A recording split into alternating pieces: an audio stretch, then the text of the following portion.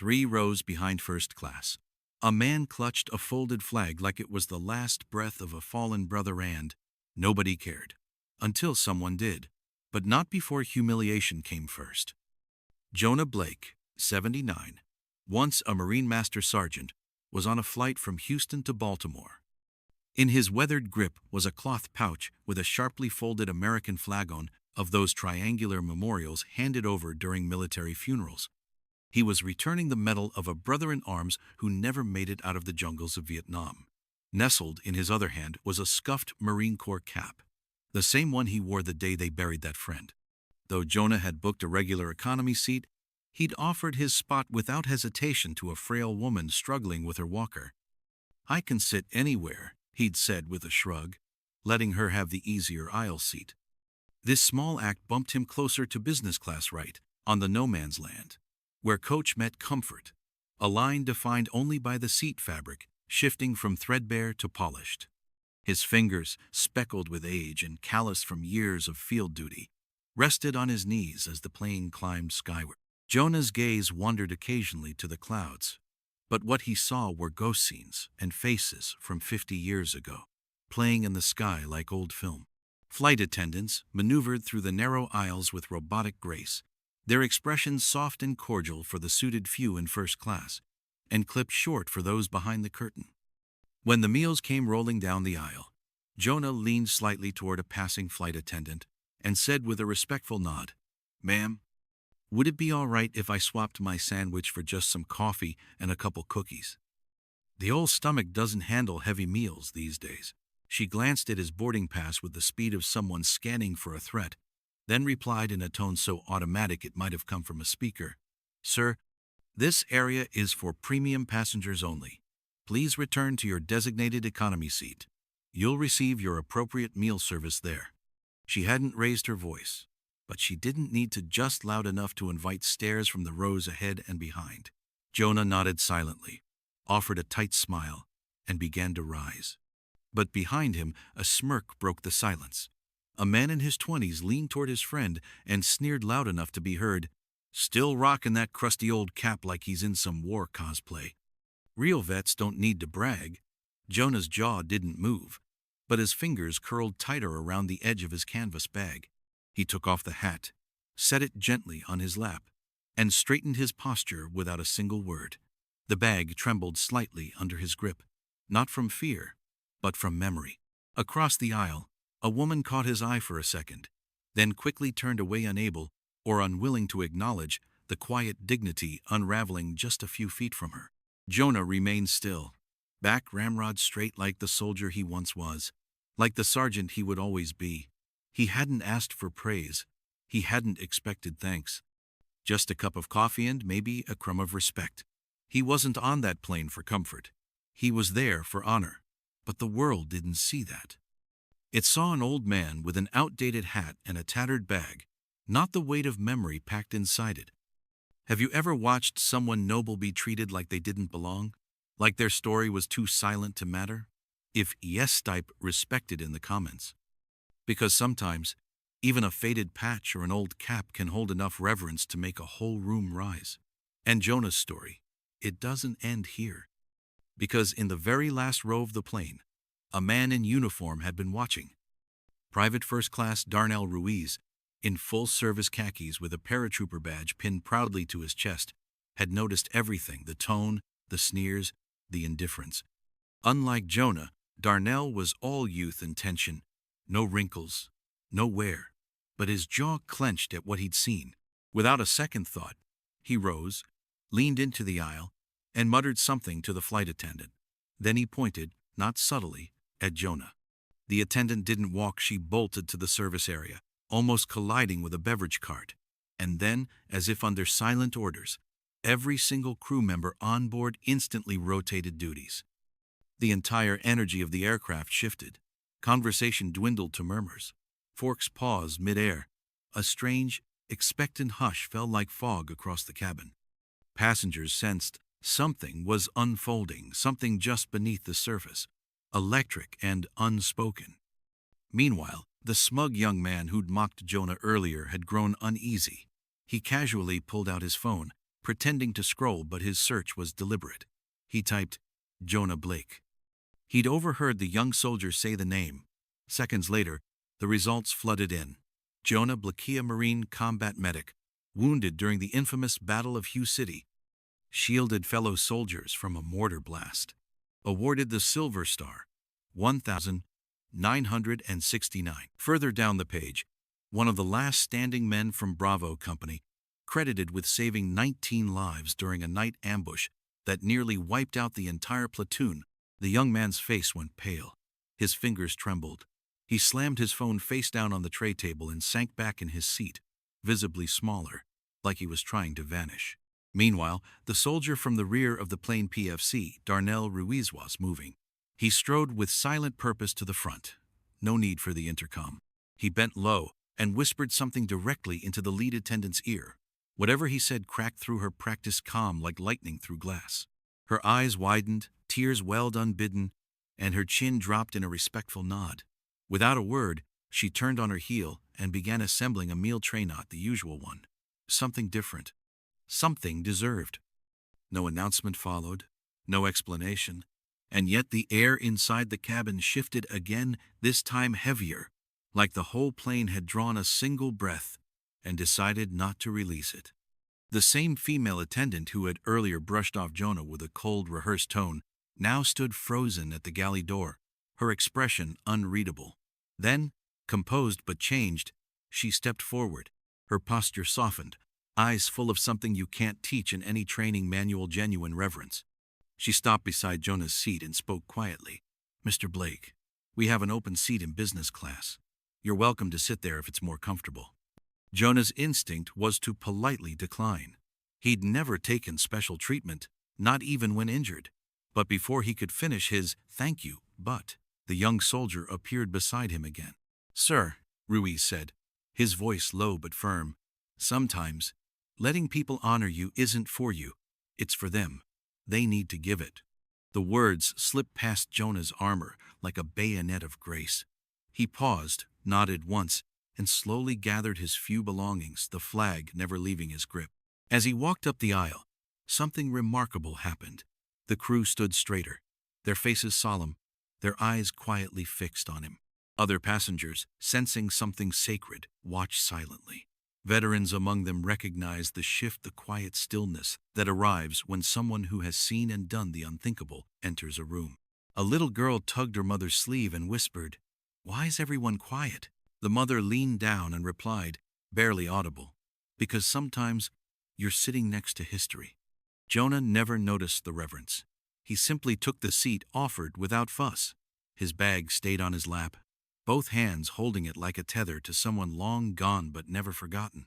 The flag inside would soon return home, along with the medal he'd carried all these years. This wasn't about status, or perks, or class rows. It was about something that no upgrade could purchase. The lead flight attendant brought him a trayful meal service, warm cloths, and a freshly brewed cup of coffee. Her hands trembled slightly as she set it down. She hesitated, then spoke softly. "My grandfather served in Vietnam too. Bravo Company, 1,968 to 1,970. Jonah looked up, his eyes suddenly sharp again. What was his name? "Thomas Reeves," she said, voice cracking at the edge. Jonah blinked slowly, something breaking open behind his expression. "Tommy?" he said, stunned. "He carried my extra medical satchel after mine got torched in a shelling." And just like that, the moment hung in the Ira Bridge, forged from war, loss, memory, and two people who had no idea they were bound by history, until now. "She kept a photograph of you," the flight attendant continued, her voice quivering just enough to betray the emotion she was fighting. "Hung it on the wall in his study. It stayed there until the day he passed." She blinked, then added with a trembling smile, "He used to call you the man who gave me my grandchildren." Jonah Blake's eyes shimmered, the decades of hardened Marine stoicism holding back the tears, but only just. He gave a small nod, speaking softly. "He was a good man, brave when bravery was the only thing left." Nearby, an elderly man slowly stood, his movement deliberate, bones reluctant. He steadied himself against a seatback as he made his way toward Jonah with the hesitant steps of someone whose pain wasn't always visible. "Sergeant Blake," he rasped, just above the hum of the engines. "I was part of the med evac team. After you shielded those men during the shelling, I was one of them. I owe you my life." He extended his hand with reverence. Jonah took it in both of his, recognition flickering behind his aging eyes. "Williams?" he asked, voice catching. "Timothy Williams?" The man nodded, eyes wet. "We didn't think you'd survive. 4 pieces of shrapnel in you, and you still dragged Chavez out of that crater." And then business class erupted. Not in performative, camera-seeking applause, but in a spontaneous, genuine surge of recognition. It was the sound of strangers awakening to the fact that a legend had been quietly sitting among them. The young soldier in uniform stepped forward again, speaking now to the entire cabin. "This man," he said clearly, "was the last one at the door, holding it open so the rest of us could get out alive. And all he asked for today was a cup of coffee." His words struck like thunder in a chapel. Heads lowered, faces flushed. The flight attendant who had denied Jonah earlier looked as if she might dissolve into the floor. Even the passenger who had mocked Jonah earlier leaned forward, shame carving deep lines into his face. I didn't know," he whispered. "I'm sorry." Jonah offered a slight nod. Nothing more. He didn't need apologies. He didn't carry grudges. He carried memory. Silently, he reached into his old backpack and pulled out the triangular folded flag. He placed it gently on his lap and began smoothing the edges, his hands reverent, almost ceremonial. "This belonged to Lieutenant James Harlow," he explained to those nearby, his voice steady but lined with gravity. "We were stuck for 3 days under fire. By day 3, he couldn't move, took shrapnel straight to the spine, ordered me to leave him when the bird came in." Jonah paused. The weight of that moment bore down even after 50 years. His voice dropped. His last words were, "Take my medal home when it's over." Jonah swallowed hard. "I've carried his silver star ever since. Always meant to return it to Arlington when my own time got short. Feels like it's time now." Not a word followed. The cabin held its breath again. Even those who hadn't caught his full story could feel the weight of it hanging in the air. A young girl nearby turned to her mother and asked in a whisper everyone could hear, "Who is he, Mommy?" Her mother's voice cracked as she answered, "He's a hero, sweetheart. The kind you never see on the news." Then the soldier still standing beside Jonah's seat finally introduced himself, his voice suddenly personal. "Staff Sergeant Michael Harlow," he said. Jonah blinked, a flicker of realization dawning. The young man added, "Sir, James Harlow was my grandfather." Jonah's breath caught. Michael continued, "When I saw your name on the manifest before boarding, I recognized it instantly. My grandfather's letter sheet mentioned you more times than I can count. He said if he didn't make it home, you were the one man who would never forget." Jonah stared at the flag in his lap, his fingers tightening slightly around it. "I should have brought it back sooner," he murmured, regret flickering behind his eyes. But Michael shook his head gently. "No, sir. You brought it back at exactly the right moment. I'm escorting my mother, his daughter, to Arlington tomorrow, Sergeant. You fulfilled your mission perfectly." Have you ever witnessed a moment so quiet, so profound, that the silence itself became sacred? If you have, leave just a number 1. Because sometimes it's not the noise that defines greatness, it's the absence of it. When the plane finally landed at Reagan National, Jonah didn't seek the front of the line or accept a crew escort. He stood, slowly and steadily, and placed the old Marine cap back on his head with a motion that had been repeated countless times before. He didn't look around for cameras. He didn't wait for applause. With the folded flag held firmly under one arm, he simply stepped forward like any other passenger and disappeared into the terminal. The flag never left Jonah Blake's side, not for a second. It stayed clutched against his body like a second heartbeat. Staff Sergeant Michael Harlow approached him with quiet purpose. "Sir," he asked, voice low and steady, "would you allow me to accompany you to the cemetery? My grandfather. He deserves to see this flag one more time." Jonah studied the young man's face, finding pieces of James Harlow etched into his features, the same stubborn jawline, the same steel in the eyes. Your grandfather was a warrior, Jonah said after a pause. One of the best I ever stood beside. Nothing more needed to be said. A nod passed between them, heavy with memory and honor. As they exited the aircraft, the entire flight crew stood in a straight line at the door, shoulders squared, spines straight. No one spoke. It was the kind of respect usually reserved for generals or heads of state. The captain, having heard the full story from his team, stepped out of the cockpit, removed his hat, and offered his hand. "It was our honor to have you aboard, Sergeant Blake," he said with solemn sincerity. Jonah nodded, still uneasy with attention, but aware that this moment wasn't his alone. It was shared, needed, felt by others. Walking through the terminal, something remarkable unfolded. Uncoordinated and entirely organic military personnel stationed or traveling through the airport began to notice him. No fanfare, no announcement. Just a quiet recognition of the man with the Marine cap and the folded flag, walking beside a uniformed staff sergeant. One by one, they stopped and saluted, not out of rank obligation, but reverence. A Navy commander explained to a confused civilian, "That's Sergeant Jonah Blake, Bravo Company, Hugh City." That was all it took. No further details required. At baggage claim, Jonah politely refused all offers to carry the flag. "I made a promise," was all he said, and none pressed him further. The next morning, as the sun crept over Arlington National Cemetery, two figures stood at a headstone in Section 60.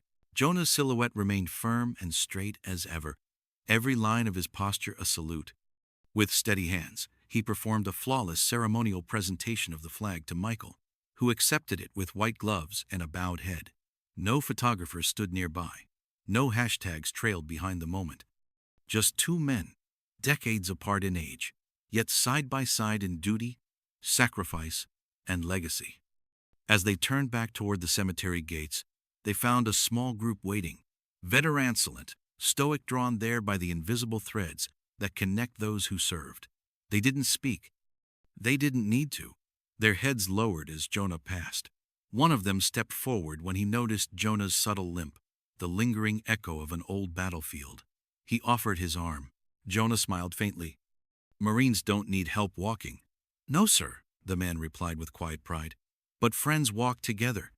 There are those who once carried rifles not to shoot, but to shield. When they returned, they didn't ask for parades. They asked only for recognition in a glance, and a place among the rest. A seat, a voice, a nod. Don't let the number on a boarding pass make you forget what really matters. Because sacrificial sacrifice can't be upgraded or assigned. A cup of coffee may cost almost nothing. But sometimes, an entire plane will go quiet just to hear two words spoken in truth. True hero. In a world wired for constant connection, we've somehow frayed the ties that truly bind us, the quiet strength of those who gave everything and asked for nothing. Jonah never asked to be honored. He just asked to keep a promise. And in doing so, he reminded everyone that some stories don't need to be shouted. They just need to be witnessed. It started, after all, with a glance at a worn jacket and an economy boarding pass. "I'm sorry, sir," the attendant had said, looking down at the ticket. "First-class meals aren't available in your section." Jonah had simply nodded, removed his cap, and sat quietly. 2 minutes later, a soldier whispered into her ear and the entire cabin fell still.